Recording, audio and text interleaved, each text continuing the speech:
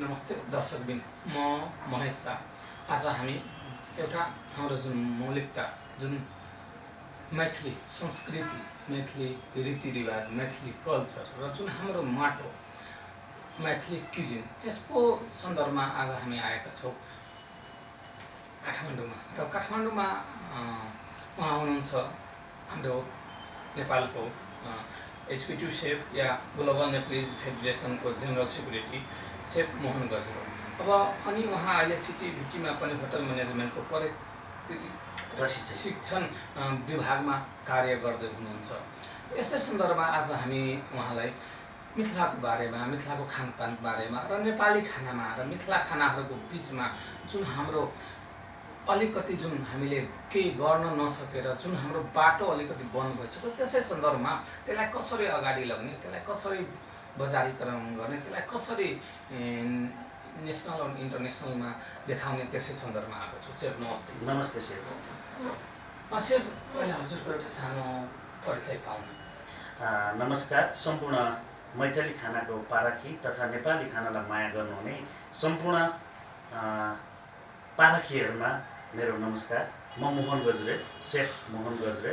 हामी आफैलाई मान्छे भन्न मन पराउँछौँ र म अहिले ग्लोबल नेपालेज चेफ फेडरेसन, यो सेफहरूको महासङ्घ छ, त्यसको केन्द्रीय महासचिवको रूपमा रहेको छु भने हाल म कार्यरत सिटिभिटीको होटल म्यानेजमेन्ट विभागमा म बनेपा पोलिटेक्निकमा काम गरिरहेको छु। सेफ, अहिले तपाईँले त यति वर्षदेखि यहाँ काम गर्नुभएको छ, तर जुन अहिले नै मार्केटमा नेवारी खाना आयो, थकाली खाना आयो, नेपालको विभिन्न ठाउँबाट खानाहरू आयो, तर अहिलेसम्म मैथिला जुन हाम्रो रामायण कालदेखि यसको जुडेको छ।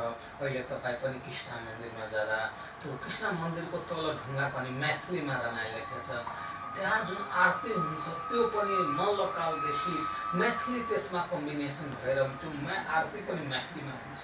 तर जुन आजको दिनमा हाम्रो मैथिली खानालाई तपाईँहरूले मलाई पनि सपोर्ट गर्नु भएको छ। अनि यो त यसो नेपालको खानाहरूको खोजीमा तपाईँले पूर्वदेखि पश्चिमसम्म सबै कार्यहरू अहिले गर्नुभएको छ।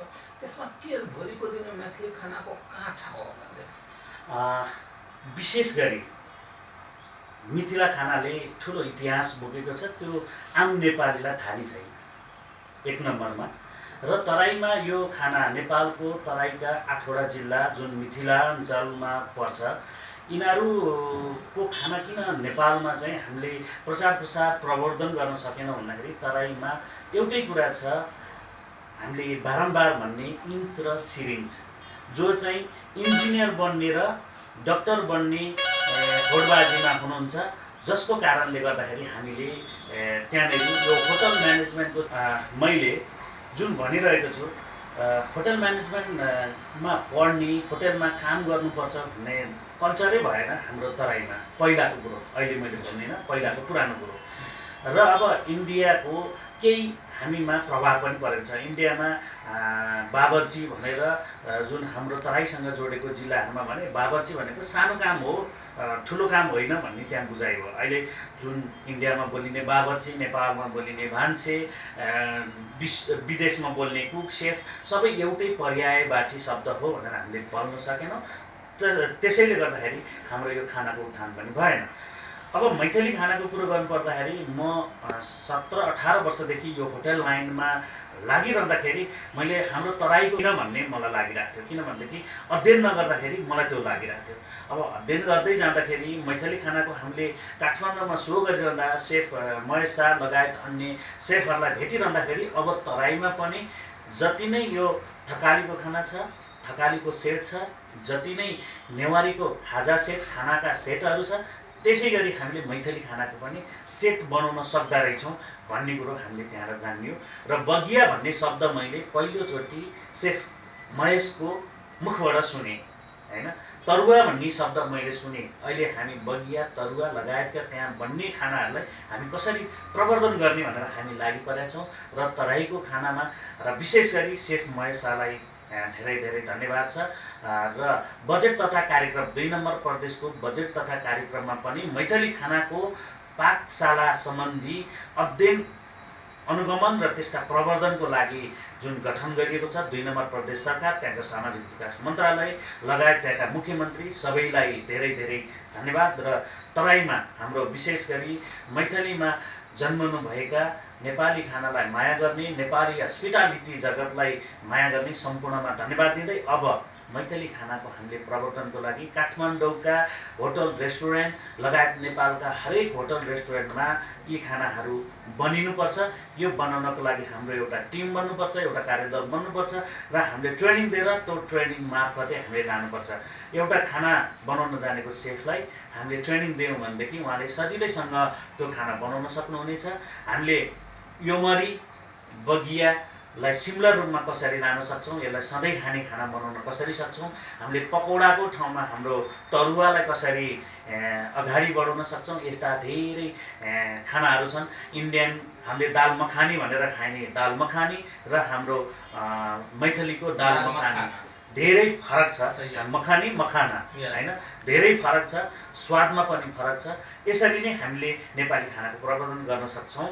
अर्को नम्बर, अब अर्को आउँछ हामीले मैथली खानाको करिकुलम डेभलप गरेर बिना बाटो हामी हिँड्न सक्दैनौँ। त्यसैले मैथली खानाको पनि हामीले करिकुलम डेभलप गरेर त्यो करिकुलम अनुसार यहाँका +2 यहाँको चाहिँ विश्वविद्यालय, यहाँको चाहिँ सिटिबिटीका डिप्लोमा, कुलिनरी आर्ट्स, TSLC लगायतका सर्ट टर्म ट्रेनिङहरू, यो 3 महिने 6 महिने 1 वर्ष जुन ट्रेनिङहरू छन् ती ट्रेनिङमा पनि यी करिकुलममा समावेश गर्न सक्यो भनेदेखि अवश्य पनि हामी भोलिका दिनमा मैथली खानालाई बत्ती बालेर खोज्नु पर्दैन, सबैका घर घरमा, सबैका होटलहरूमा, सबैका रेस्टुरेन्टमा पुग्ने पक्का छ।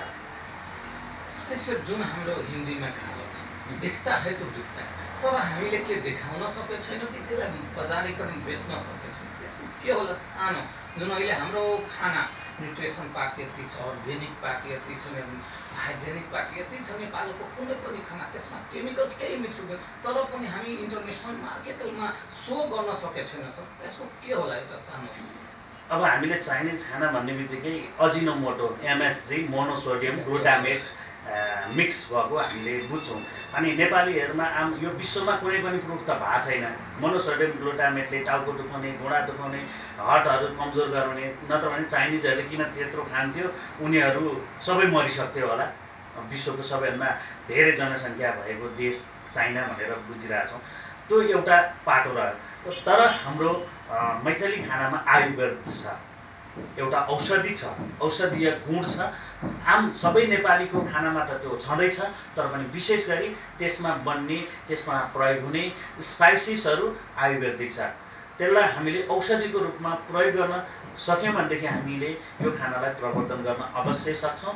र जो देख्ता है सो बिक्ता है भनेर हाम्रो सेफले भन्नुभएको छ। मैले तरुवाको कुरा गरिरहँदाखेरि मलाई धेरै खानाको नाम त आउँदैन, तैपनि तपाईँहरूले सिकाउनु भएको तरुवाकै कुरा गर्नुपर्दाखेरि तरुवा भनेर मैले मुखले भनिरहँदाखेरि तरुवा मैले बनाएर बेच्न सकेँ भनेदेखि मेरो रेस्टुरेन्टमा त्यसका स्वाद पारखीहरूलाई देखाउन सकेँ भनेदेखि जब मान्छेले खान्छ, हामीले मुखले भनेर हामीले बोलेर यो हुनेवाला छैन।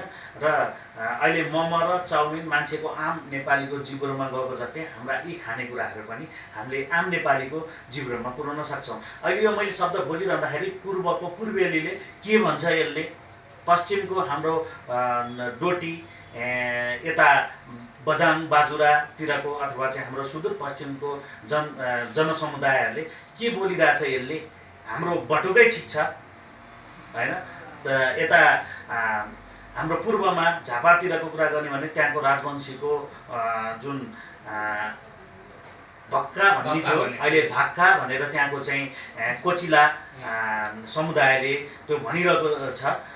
त्यो भाक्का नै हामीले विकास गर्न सक्छौँ भनेदेखि अब हामीले तराईको पनि खानालाई हामीले पूर्व मेचीदेखि पश्चिम महाकालीसम्मका बजारमा पुर्याउन सकिन्छ अवश्य।